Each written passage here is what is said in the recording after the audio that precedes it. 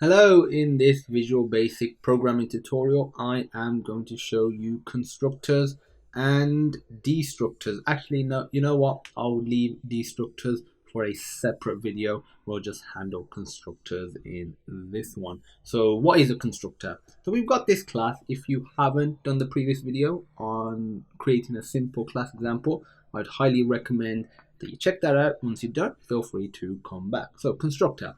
You have this class right here. When you create it, you may remember that I said this right here, this little part where you say car, open close bracket, is invoking the constructor, which means it's calling the constructor.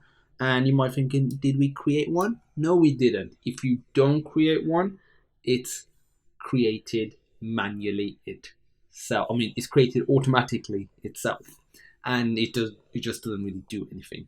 The benefit of a constructor is that it's always called at the start of creating an object to that class, and that allows us to do stuff like setting up the class. So here we set up the speed and the health for both of them. So we essentially said that the speed by default is 60, the health by default is 100. Then we can modify those values later on if we wanted to, but this is just extra duplicate code that we don't need. So default values, that's fantastic for a constructor.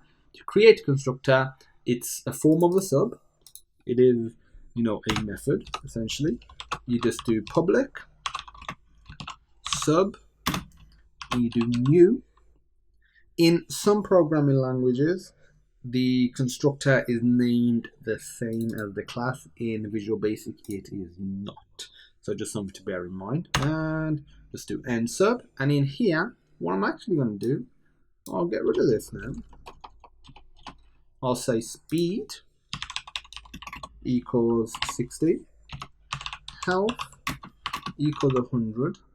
And if we run it, we still get the same result as before. To confirm it is all working still fine, I'm going to change the speed to 120, run it, and as you can see, the speed for both has been set to 120. So this little bit right here calls the constructor, and we've specified the constructor, therefore these values are getting set.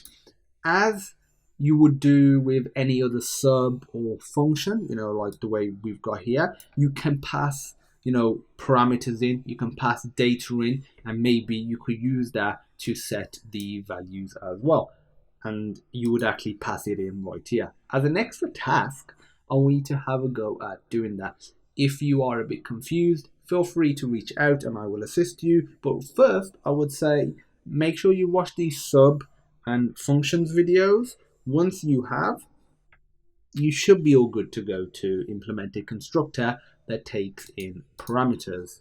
If not, like I said, feel free to pop me a message. As usual, thank you for watching, and I look forward to seeing you in the next video.